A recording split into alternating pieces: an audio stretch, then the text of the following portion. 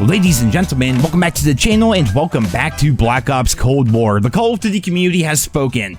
The hype surrounding Black Ops 6 is pretty surreal. It's unprecedented. It's actually historic if you really look at it. The amount of people that are excited for the game, or at least interested in Black Ops 6 overall, is unprecedented. We've never seen anything quite like this, and I think I understand why. For the past couple of years, we've had kind of the same game. If you really think about it, you had Modern Warfare 2 and Modern Warfare 3. Of course, Modern Warfare 3, they changed up a couple of things like the time to kill. Obviously, that was a change, bringing back the minimap, dead silence, and things like that. But overall, the games feel very similar. Then prior to that, we had Vanguard, which I don't want to think about Vanguard, honestly. I prefer to forget that that game even existed. So for the past 3 years, we've not really had a whole lot of innovation, a whole lot of changes, a whole lot of variety, all things considered. You know, back in the day, we had tons of variety. We would go from Modern Warfare 2 to Black Ops 1, back to Modern Warfare 3, then to Black Ops 2, which was semi-futuristic. Like, we had variety every single year. The past couple of years, everything has kind of felt the same. And then a couple of days ago, they revealed the Black Ops 6 gameplay trailer, which to call this a gameplay trailer is one hell of a stretch. There really isn't a whole lot of gameplay there. But that trailer, if you guys did not hear already, has 53 million views at the time this video being recorded. Of course, that's just going to keep going up. 53 million views in 4 days, which makes it the most viewed Call of Duty trailer on YouTube, even more so than the infamous Infinite Warfare trailer, which was at one point the most disliked video on YouTube. Like, you guys remember all the memes, all the jokes. Like, Infinite Warfare already had the backing of being a Call of Duty trailer. Obviously, it was going to get a bunch of views off of that, but then it got so many hate views because it was like this whole sensation thing going on where everyone wanted to see how many dislikes it had. It kept growing and growing every single day. So the video obviously got a lot more views than it should have just because it was so disliked. And in 4 days, the Black Ops 6 gameplay reveal trailer has about 10 million more views than what that trailer has done in 8 years, which also I don't want to think about the fact that Infinite Warfare / Modern Warfare Remastered was 8 years ago. It does not seem that long, but holy hell, apparently it has been. Then of course, during the Black Ops 6 Direct, we saw some multiplayer gameplay. Mostly they focused on the campaign. I think they gave us all of 5 seconds maybe about zombies, but they did show some things in regards to the multiplayer, which has some fans excited. I think the biggest question right now is how is the omnidirectional movement system going to work, and how is that going to change the overall feel of the Call of Duty multiplayer experience. Then of course we have skill-based matchmaking. Of course they're never going to really talk about that, but looking at Black Ops 6, it's a return to form in a lot of ways, which that's been a marketing campaign forever. You know, we're going back to our roots. We've heard your feedback loud and clear. You know, we hear the same buzzwords like pretty much every single year, but truly I think Black Ops 6 is kind of a return to form because we have not had a proper Black Ops game since COVID. Like 2020 was when Cold War came out. Then prior to that, we had Black Ops 4, which for a lot of people, that didn't feel necessarily as much like a Black Ops game as games like Black Ops 1 and Black Ops 2 did. You know, for a lot of fans, they're excited to see the return of all those characters. It's been 4 years now, for crying out loud. They're excited for the characters, they're excited for the setting, they're excited for the weaponry. But for me personally, and I'm sure many of you out there as well, I'm excited for how Treyarch is going to be handling things. But the million-dollar question is, how different will the game feel?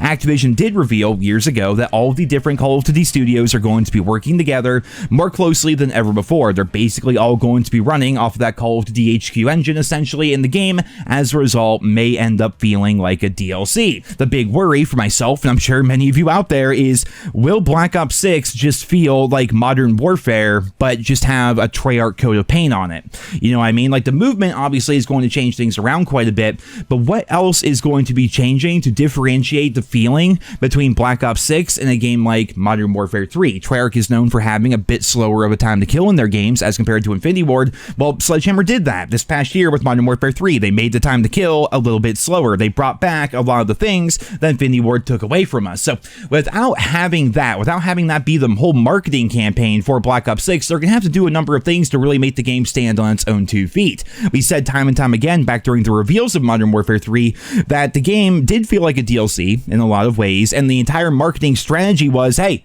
we've heard you loud and clear, we're listening. Those Infinity Ward guys, what a bunch of goons, they're terrible. We're going to give you back all the things they took away. Like, that was the entire marketing behind Modern Warfare 3 essentially. Like, Infinity Ward took stuff away from you, we're going to give it back to you. There you go, buy our game at $70, even though a lot of people think it should have just been like a $20 DLC. Black Ops 6, on the other hand, is a whole different universe, whole different developer. How are things going to be different? I think that's why a lot of people decide to check out the gameplay reveal trailer. I think they're wondering, what is going to be different about this? Are we going to continue down the same road, the same path that Infinity Ward laid for us a couple of years ago, or will Treyarch try to take the franchise in a new direction, given the fact that they basically are running the franchise for the next couple of years? We have Black Ops 6 through the end of 2024, throughout 2025, and then COD 2025 itself right now is still rumored to be a sequel to Black Ops 2, continuing on with that storyline. So it's going to be Treyarch from here on out for the next couple of years. We don't really know who's going to be developing COD 2025 as of right now. Sledgehammer Games gave Infinity Ward a big middle finger and said, no,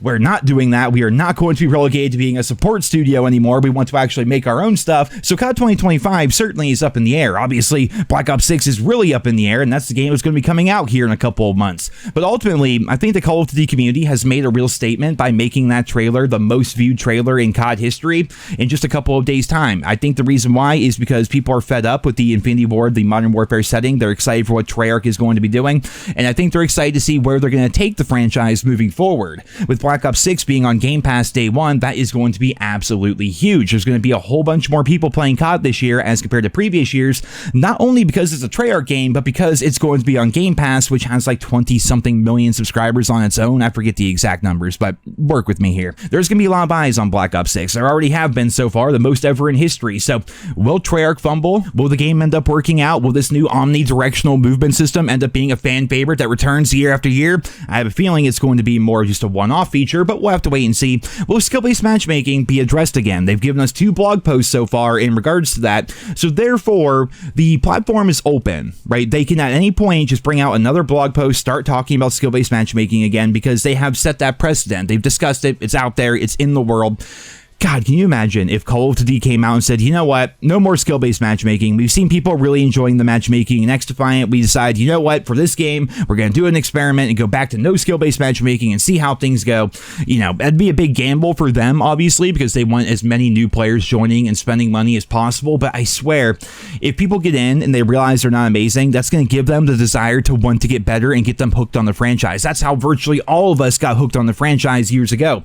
If you started playing COD before 2019, you started playing COD before skill-based matchmaking took over, and here you are all these years later, or maybe you're not. I do know a lot of you ended up quitting the franchise after skill-based matchmaking came out because the game just isn't nearly as fun. I talked about that in my live stream yesterday. We're playing X-Defiant, and one of the big things, right? X-Defiant's got no skill-based matchmaking whatsoever. I'm playing solo. I'm getting MVP virtually every single match, but I kept losing. It was frustrating because of how the team balancing works in that game. But then it dawned upon me. I had the realization, the epiphany, that I'm feeling something. When I play X-Defiant, I feel something, whether that's joy, sorrow, anger, whatever. I feel something in every single match, as compared to a game like Modern Warfare 3.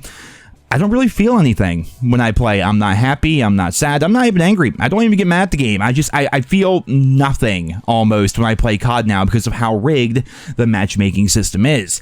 I have a feeling that's true for a lot of people out there as well. The game does not really evoke any emotion from you. It's just kind of something that you're doing and you're not really thinking about, because honestly, if you overthink it, you're just going to get yourself kind of upset because you're thinking about how the matchmaking system is deliberately designed to screw you over. You basically turn off your brain, run around, get some kills, get off the game and think, man, I wish this franchise was awesome like it used to be. If they were to go back to no skill-based matchmaking in COD, I think that would be the biggest thing they could possibly ever do.